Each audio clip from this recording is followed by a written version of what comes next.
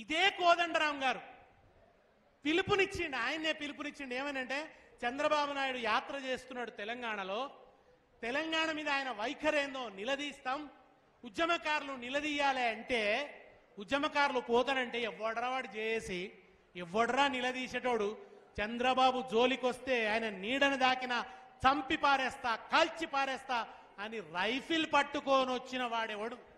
ఆ రైఫిల్ రెడ్డి ఎవరు? ఈనాటి రేవంత్ రెడ్డి. ఆ తర్వాత కొత్తగా వచ్చిన ప్రభుత్వం, పసిప్రాయంలో ఉన్న ప్రభుత్వాన్ని పడగొట్టడానికి సమైక్యవాదులు కుట్ర చేస్తే డబ్బుల సంచులు పట్టుకొని వచ్చి రెడ్ హ్యాండెడ్ గా దొరికిపోయింది ఎవరు? ఎలుకను కలుగులనే పట్టుకున్నాం, ఇంకెక్కడో పట్టుకోలే. అప్పటి నుంచి హరీష్ రావు మీద కసి. తను బ్రోకర్ పని చేస్తూ దొరికిపోయిండు కదా, ఆ కసి హరీష్ రావు మీద ఉన్నది. ఇది ఇప్పటి కసి కాదు. తను డోకేబాజీ పనులు చేసినప్పుడు దొరకబట్టిండు గనక చోర్ ఉల్టా కొత్వాలకు డాంటా అన్నట్టు ఇవాళ అధికారం వచ్చిందని విర్రవీగిపోతూ ఈ పనులన్నీ ఆయన చేస్తున్నాడు. ఇక రుణమాఫీ పెద్ద ఫార్సు డ్రామా మనందరికీ తెలుసది.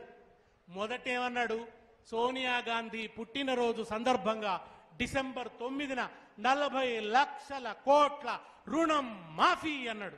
ఓ ఎట్లా చెప్తాడంటే ఇక 40 లక్షల కోట్ల రుణం మాఫీ చేయబోతున్నాడు మీ రేవంత్ రెడ్డి, మీ ముఖ్యమంత్రి అన్నాడు. పోండి తెచ్చుకోండి, బ్యాంకుల దగ్గరికి పోండి అన్నాడు. అప్పటిదాకా అప్పు తెచ్చుకోనోడు కూడా పోయి తెచ్చుకున్నాడు. పాపం తెచ్చుకుందామని ఆలోచన లేనోడు కూడా పోయి అప్పు తెచ్చుకున్నాడు. వాడు తెచ్చుకున్నాక ఏమంటుండు ఇప్పుడు? నీకు రేషన్ కార్డు ఉందా?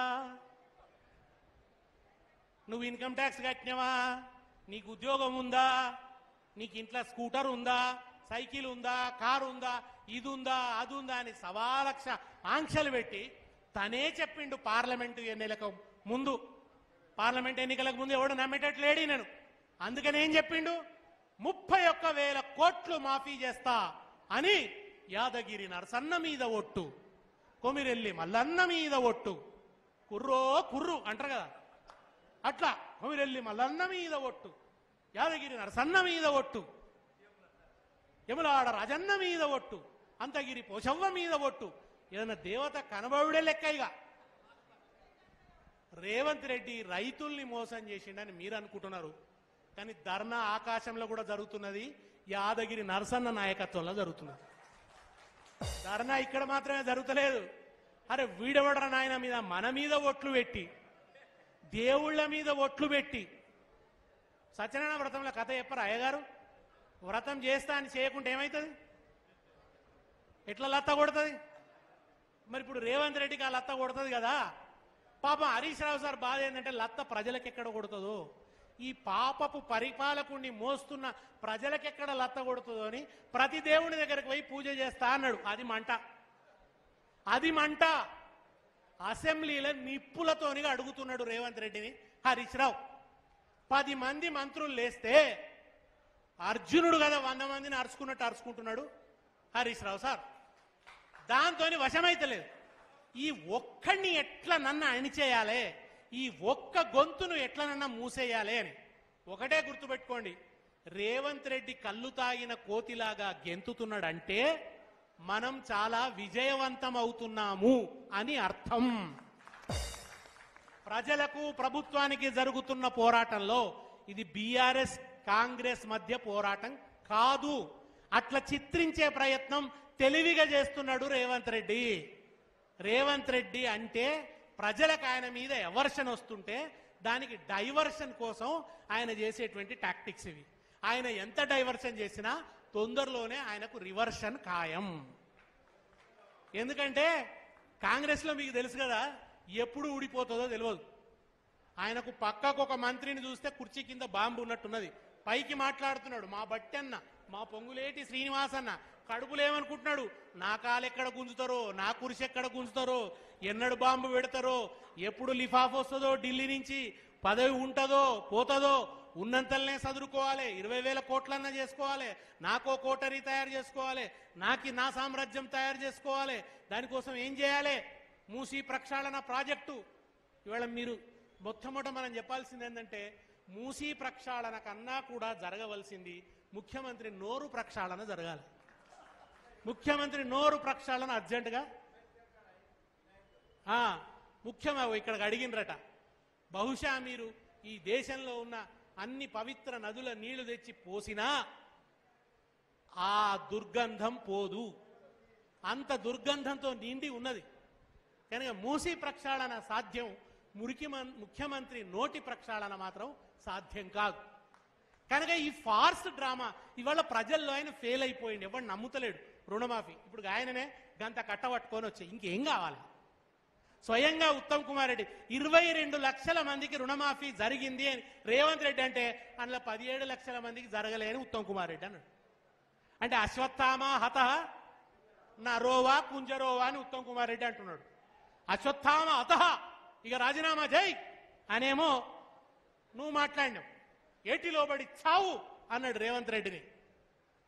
మీ పాలమూరు ఏరులోబడి నువ్వే చావవలసి వస్తుంది రేవంత్ రెడ్డి. కాలే రుణమాఫీ, ఎక్కడ కాలే. రుణమాఫీ అయిందని ఎవరు అనుకుంటలేరు, నువ్వు అనుకుంటున్నావు. దేవతా వస్త్రాలు తొడుక్కొని ఊరేగుతున్నావు రేవంత్ రెడ్డి, నీకు అర్థమైతలేదు. ప్రతి ఒక్కళ్ళు నిన్ను చూసి షేమ్ పప్పి షేమ్ అంటున్నారు, నీకు తెలుస్తలేదు. పిల్లి కళ్ళు మూసుకొని పాలు తాగితే మనం ఏం చేస్తాం? నువ్వు నగ్నంగా ఊరేగితే ఏం చేస్తాం? ఇవాళ ఆయన అట్లా నగ్నంగా ఊరేగుతూ, అందుకేమో హరీష్ రావు సార్ ఒక మాట అన్నాడు, పరిపాలనలో ఫ్లాపు, తొండి చేయడంలో తోపు, బూతులు తిట్టడంలో టాపు. ఎవరంటే రేవంత్ రెడ్డి. పరిపాలనలో అట్టర్ ఫ్లాప్, కానీ 2 విషయాల్లో ఆయన ఎవడు కొట్టలేడు, తొండి చేయడంలో తోపు. చిన్నప్పుడు మన దోస్తులలో వాడు ఉంటుండే, వాడు అవుట్ అయితే చల్ నేను కాలేపో అవుట్ కాలే, అటువంటి బాపత్ రేవంత్ రెడ్డి. బహుశా ఆయన క్లాస్మేట్స్ను చిన్నప్పటి ఫ్రెండ్స్ను కలుసుకుంటే ఈయన చిన్నప్పటి నుంచి తొండి చేసేవాడు అని కూడా మనకు తెలుస్తుంది. వాళ్ళ ఊరికి పోయి అడగాల మనం. తొండి ఆయన జీవిత లక్షణం, ఆయన జీవ లక్షణం. రేవంత్ రెడ్డి జీవ లక్షణం ఏంటంటే తొండి. అరే ఇవాళ ఇంత నగ్నంగా ఇంత ప్రజల కళ్ళ ముందట జరగలేదు రుణమాఫీ, 12 లక్షల మందికి జరగలేదని పొంగులేటి శ్రీనివాసరెడ్డి అంటాడు, 17 లక్షల మందికి జరగలేదని ఉత్తమ్ కుమార్ రెడ్డి అంటాడు, అందరికి జరిగిందని రేవంత్ రెడ్డి అంటాడు. ఎవరి మాట ఎవరికి సై లేదు. ఇప్పుడు ఎవరు రాజీనామా చేయాలి, ఎందుకు చేయాలి? పాక్షికంగా జరిగింది అంటాడు ఆయన. మరి మేమేమన్నాం? మేము పాక్షికంగానే అంటున్నాం, మేము ఇంకేదో అనలే కదా. మేము కుక్షికంగా అన్నామా, రక్షికంగా అన్నామా? మేము ఖచ్చితంగా పాక్షికంగానే అన్నాం. పాక్షికంగాని మేమంటే కోపం వస్తుంది, కోదండరామ్ సార్ అంటే కోపం వస్తలేదు. పాక్షికంగా జరిగిందని కాంగ్రెస్ వాళ్ళు కూడా అని తీరవలసిన పరిస్థితి వాళ్ళ ఫీల్డ్ మీద ఉన్నది. నిజానికి ఎస్ఎల్బిసి వాళ్ళు చెప్పింది అయితే దాదాపు 50 కోట్ల రుణాలు ఉన్నాయి రైతులకు. పెద్ద విషయం ఏముంది? మనము ₹1,00,000 వరకు చేస్తేనే 35 లక్షల మంది రైతులు లెక్కదేలిండ్రు, 17,000 కోట్లు మనకైనాయి కదా, 17 లక్షల కోట్లు మనకైనాయి. ఇవాళ 17,000 కోట్లు. ఈయన 2 లక్షల వరకు అన్నాడు, పొండి తీసుకోండి అన్నాడు. ఇంట్లో కూర్చున్నాడు కూడా గెదిమి లోన్ తీసుకునేట్టు చేసిండు. తీసుకొని వచ్చినాకనేమో ఇప్పుడు లాఖరికి ఈయన చెప్తుంది 22 లక్షల మంది, 1,00,000 వరకే. అప్పుడే 35 లక్షల మంది ఉంటే, 36 లక్షల మంది ఉంటే 2 లక్షలు తీసుకున్న వాళ్ళు 22 లక్షలే ఉంటారా? ఆ 22 లక్షల మంది కూడా కాలేదని నీ మంత్రులే చెప్తున్నారు. అంటే ఇంత భయంకరంగా, ఇంత వికృతంగా అబద్ధాలు చెప్పి కూడా దొంగ అని అరిచినట్టు చేయగలిగినటువంటి ఒక వికృతమైన రాజకీయం, కుటిల రాజకీయం, కువారపు రాజకీయం ఆయనది. ఆయన వాళ్ళ దృష్టి మళ్లించే కుష్టు రాజకీయం చేస్తాడు ఆయన.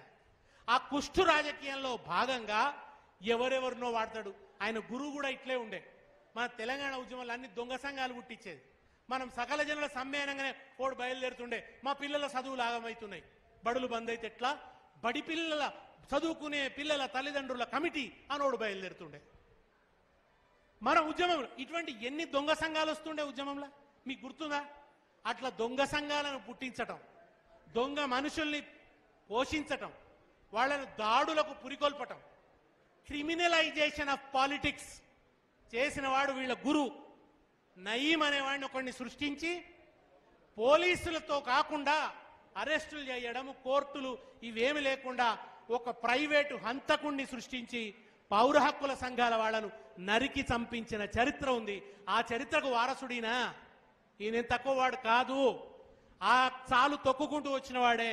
ఈయన రకరకాల వాళ్లతో రకరకాల ప్రయత్నాలు చేయడంలో విడ్డూరం ఏం లేదు. ఇంతకంటే ఎక్కువ చేస్తాడు. ఫ్రస్ట్రేషన్కు పోయినాక ఇంతకంటే ఎక్కువ చేస్తాడు.